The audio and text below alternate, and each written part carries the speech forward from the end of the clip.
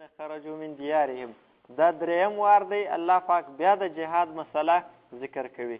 مخکې موږ ویلې وه چې د لیس البر اصل موضوع په دې حصه کې د صورت د جهاد موضوع ده. دا نور احکامات چې بیان شول په دې احکاماتو سره د مسلمانانو د جماعت او د ډلې اصلاح کیږي، د دوی اصلاح راځي، د دوی په مابینځ کې اختلافات ختمیږي. نو چې اصلاح راله او نظم و ترتیب برابر سو نو بیا جهاد باید وکړي او جهاد بیا په صحیح طریقه سره کولی شي. نو اوس بیا الله پاک جهاد طرف ته ترغیب ورکوي. په دې کې واقعه ذکر کوي. واقعه دا ده په بني اسرائیلو کې په یوه زمانه کې په یوه کلي کې د وبا مرض د طاعون مرض شروع سو. نو د طاعون په باره کې حکم دا دی شرعي چې په کومه علاقه کې سړی وي هلته دا مرض شروع سو نو د هغې علاقې څخه به وځي نه، او که چیرې سړی په بله علاقه کې و او خبر سو چې په یوه علاقه کې طاعون راغلی دی نو بیا به هغې علاقې ته داخلیږي نه.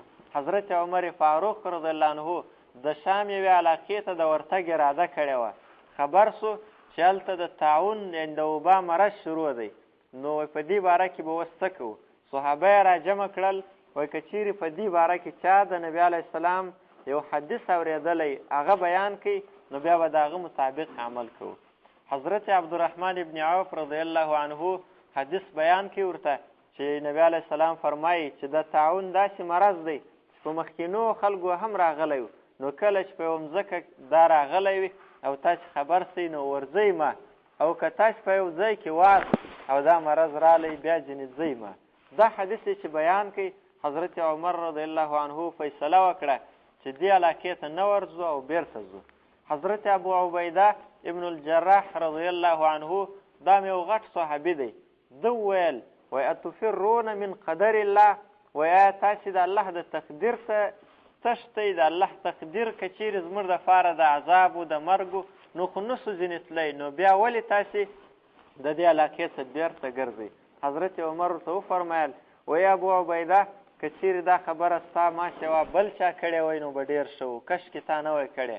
بیا ویل نعم نفر من قدر الله الی قدر الله، وایي و موږ د الله د تقدیر څخه تښتو د الله د تقدیر و طرف ته، یعنې دا تګ هم چې موږ ځو دا هم د الله پاک د حکم مطابق کوو. نو دا کومه ګناه نه ده. نو مسله دا ده د طاعون باره کې که په یوه علاقه کې و سړی به ځینې ځي نه، نو په دا علاقه کې د بني اسرائیلو د طاعون مرض شروع سو. دا خلک په زراو وو.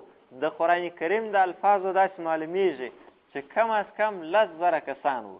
نو دوی راولاړ سول د دې علاقې څخه د تګ اراده یې وکړله. نو ټول را جمع سول او روان سول. چې روان سول ولاړل یو لرې علاقې ته د غرو مابینځ کې یو ځای و، هلته یې واړول یو میدان کې او هلته اوسېدل.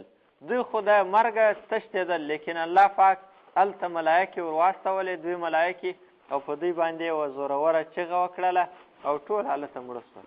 دا ټول چې کم از کم 10,000 کسان دي په یو ځای چې مړه سول، نو د علاقې خلک چې خبر سول ورته رالل دومره په زراوه کسان مړه دي، نو د ښخولو طاقت یې هم نه لرئ. نو بیا دا وکړل شاوخوا یې یوه نشاني په دې میدان را وګرځوله چې دا ممنوعه علاقه ده، دې ته به څوک نه ورځي. وخت تېرېده یو څه زمانه وروسته د حضرت حزقیل علیه السلام یو پیغمبر و، دا په دې علاقه باندې را روان و. دا هډوکې ولیدل د مړو چې په دې ځای کې پراته دي. حضرت حزقیل علیه السلام د الله څه سوال وکړي چې یا الله دا کسان را ژوندي که. نو الله پاک امر ورته وکړي چې ته په دې هډوکو دا غږ وکړه چې ایتها العظام البالیه اجتمعي بامر ربک، وایي ای زړو هډوکو د الله په امر سره تاسې سره راجمع سئ. نو دا هډوکي ده ورته کتل سره راجمع کېدل او سره یو ځای سول. بیا ورته وویل چې اکتسي لحما بامر ربک، چې غوښه واغوندئ د الله په امر سره. نو غوښه یې هم برابره سوله او غوښه هم ورباندې راښکاره سوه.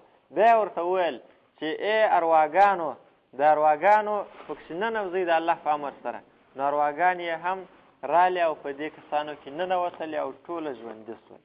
شاوخوا خلکو دپاره هم د الله پاک د قدرت یوه نمونه سوه او د قیامت د اثبات دپاره هم الله پاک یو دلیل په دنیا کې ور وښوئ. نو دا واقعه الله پاک دلته بیانوي. د دې واقعې غرض او مقصد دا دی، مخکې بار بار ویل سوي وه چې د قرآن کریم مقصد د کیسو بیان نه دی. دلته یې چې دې واقعې ته اشاره کړې ده، مقصد یې دا دی چې جهاد تاسې د الله په لاره کې وکئ، د مرګ د بیرې د وجې جهاد مه پرېږدئ، ځکه د مرګه که تاسې بیریږئ نو په دې سره د مرګه نسئ خلاصېدلی چې تاسې جهاد پرېږدئ. لکه نمونه یې دغه خلک دي چې د مرګه خلاصېدل یې غوښتل، خو لیکن بیا هم د مرګه خلاص نه سول. علم تره ته نه ګورې الی الذین هغه کسانو ته خرجو چې دوی ووتل من دیارهم د خپلو کورونو څخه وهم الوفن په داسې حال کې چې دوی وه په زرګونو. الوف جمع کثرت ده، جمع کثرت دپاره ضروري دا ده کم از کم 10 افراد به وي، تر 10 پر زیاتو دلالت کوي. نو الوف جمع کثرت ته د دې څه معلومیږي چې کم از کم دوی 10,000 وه. حذر الموت د وجې د بیرې د مرګ. فقال لهم الله وویل دوی ته الله پاک موتو مړه سئ، د ملایکو په واسطه یې ورته وویل یا خپله. ثم احیاهم بیا یې را ژوندي کړل څه زمانه وروسته. ان الله یقینا الله چې دی لذو فضل خامخا خاوند مهربانۍ دی علی الناس پر خلکو باندې. دا مهرباني د تر مرګ وروسته یې ژوندي کړل او خلکو ته دلیل هم وروښوی د قیامت ته قایمېدلو. ولکن اکثر الناس لیکن اکثره د خلکو لا یشکرونه شکر نه ادا کوي د الله پاک. وقاتلو فی سبیل الله نو اوس الله ترغیب ورکوي جنګ وکړي په لار د الله کې. واعلمو پوسئ ان الله یقینا الله چې دی سمیع اورېدونکی دی، ستاسې خبرې اوري د جهاد باره کې. علیم پوهه دی ستاسې په نیتونو باندې هم. اوس د جهاد سره په جهاد کې خو پیسې نه پیدا کېږي.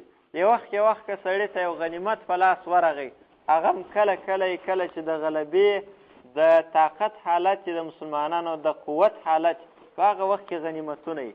په عام طور سره په جهاد کې پیسې نه وي، نو الله پاک اوس ترغیب ورکوي چې د جهاد دپاره د پیسو ضرورت شته، نو خپل مال خپلې پیسې د الله د رضا دپاره په جهاد کې ورکوي او مصرف یې کوي.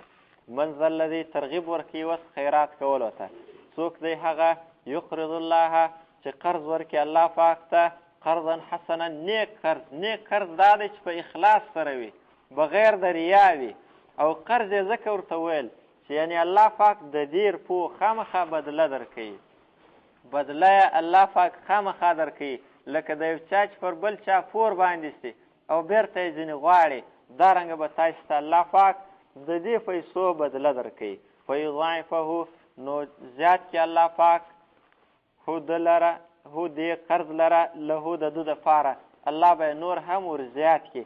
اضعافا کثیرا په ډېرو زیاتوالو سره. اضعافا صحیح معنا د دې الفاظو دا ده، اضعافا یضاعفه زیات به کېده لره دا قرض، اضعافا کثیرا په ډېرو زیاتوالو سره. دوچندي صرف نه ده، اضعاف زیاتوالی جمع صیغه ده، زیاتوالو ډېرو زیاتوالو سره چې 200 باندې به یې ورکړي تر دې اضافه. والله الله پاک چې دی یقبضو اوس ترغیب دی چې په دې مه بیرېږئ چې د مال د وجې که زه خیرات ورکړم نو پیسې به مې ختمې شي. الله فرمایي الله پاک چې دی یقبضو تنګي راولي، مال تنګوي د چا، ویبسطو پراخي راولي د مال. دا د الله اختیار دی، په صدقې سره نه کمیږي. و الیه ترجعون او خاصه دی الله طرف ته به بیرته تاسې ورګرځول کېږئ. نو چې د الله طرف ته بیرته ورځئ نو ځکه د ځان دپاره یو توشه تیاره کوي چې بیا الله پاک هلته بدله درکړي. الم تر الی الملأ من بني اسرائیل من بعد موسی. په دې کې بله واقعه ده، په دې کې هم مقصد د جهاد طرف ته ترغیب دی. دا واقعه تر موسی علیه السلام وروسته او تر حضرت عیسی علیه السلام 1000 کاله تقریبا مخکې پیښه شوې ده.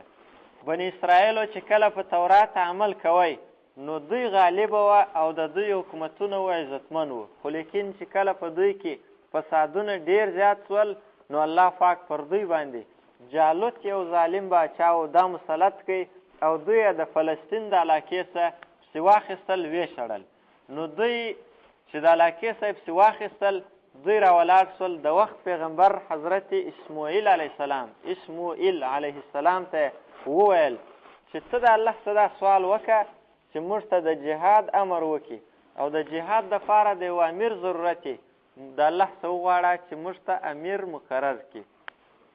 نو حضرت اسماعیل علیه السلام ته خو معلوم بني اسرائیل چې دا مفسد قوم د یو واره غواړي یو شی او بیا بیرته عمل نه ورباندې کوي.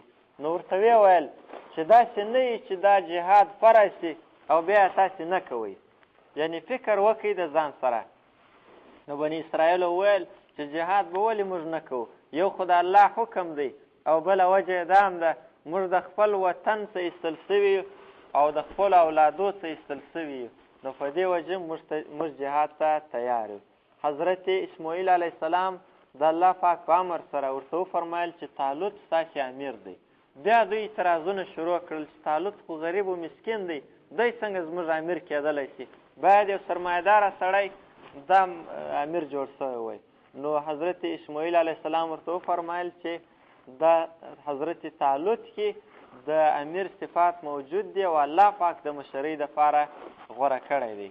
خو بیا بني اسرائیل وویل چې یو بله نشانه موږ ته راوښیه چې موږ ته معلومه شي چې حضرت طالوت د دې لایق دی چې باید مشر شي.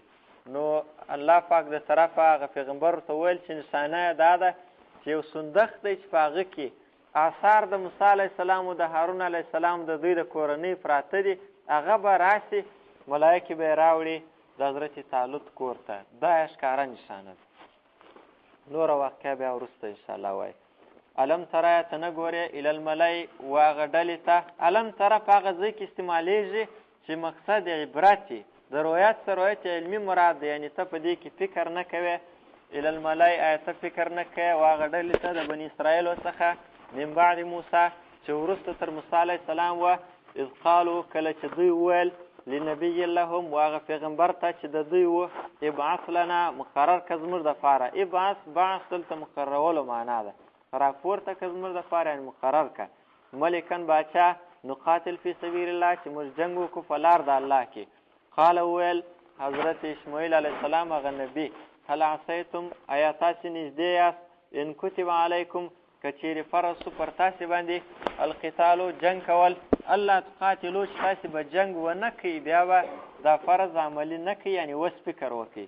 قالو دوی وویل وما لنا څه وجه ده موږ لره الله نقاتله چې موږ به جنګ نه کوو فی سبیل الله په لار د الله کې. یو خدا دی د الله په لار کې جنګ ته خو موږ هر وخت تیار یو. وقد اخرجنا بله وجه دا ده په تحقیق سره موږ ایستل سوي یو من دیارنا د خپلو کورو څخه و ابناینا د خپلو زامنو څخه. نو فلما کتب علیهم القتال کله چې فرض سو پر دوی باندې جنګ کول تولوا دوی وګرځېدل الا قلیلا مګر لږ کسان منهم د دوی څخه. والله الله چې دی علیم پوهه دی بالظالمین په ظالمانو په هغه کسانو چې د جهاد څخه وګرځېدل هغه ظالمان الله ته معلوم. په دې کې یوه مسله دا ده چې د جهاد دپاره امیر ضروري دی. په جهاد کې به امیر وي داسې به نه وي چې هر څوک خپل سر ځغلي او مشر و کشر نه معلوم، نو امیر ضرورت شته په جهاد. وقال لهم ویل دوی ته نبیهم پیغمبر د دوی ان الله یقینا الله فقد بعث لکم یقینا مقرر کړی دی ستاسې دپاره طالوت ملکن باچا. قالو دوی ویل ان یکون له الملک څنګه به وي د ده دپاره باچایي علینا پر موږ باندې ونحن احقو په داسې حال کې چې موږ ډېر حقداره یو بالملک په باچایي منه تر ده ولم یؤت ساعة من المال او نه ده ورکول سوی طالوت ته پراخوالی د مال څخه، مال هم نه لري نو موږ حقدار دی باید نشي. قال ویل نبی ان الله یقینا الله پاک چې دی اصطفاه غوره کړی دی د طالوت لره. دا الله غوره کړی دی، دا یو جواب. علیکم پر تاسې باندې د الله د طرفه مشر دی نو ویې منئ، نو یو صفت خدا پکښې موجود دی. بل دا دی وزاده زیات کړی دی د طالوت لره بسطن فراخوالی فی العلم په علم کې والجسم او په بدن کې. فراخوالی په علم کې یعنې مقصد د باچایي دپاره ضروري شی چې دی هغه د علم پراخوالی او د بدن جسامت دی. د علم پراخوالی دواړه علمونه مراد دي، دیني علم هم او سیاسي علم هم. حضرت طالوت علم لري او په سیاست هم پوهېږي په دین هم پوهېږي، نو دی تر تاسې حقداره دی. مال دا د باچایي دپاره سبب نه دی. والجسم د بدن د دا دی چې مطلب ښایسته شکل والی چې هر څوک یې وویني دوست او دشمن نو د هغه شکل په هغه باندې اثر کوي. او دارنګه جسم کې دې ته اشاره ده چې غیرتمند دی او قوي دی. والله الله چې دی یؤتي ملکه ورکوي باچې خپله من یشاء هغه چاته چې وغواړي الله. والله الله چې دی الله پاک دی مقرر کړي نو باید چې اوس یې مشري ومنئ. والله الله پاک چې دی واسع پراخه فضل والا دی، فضل یې پراخ دی، خو علیم پوه دی، اهل لایق کسان الله پاک ګوري په هغو باندې بیا فضل او مهرباني نور به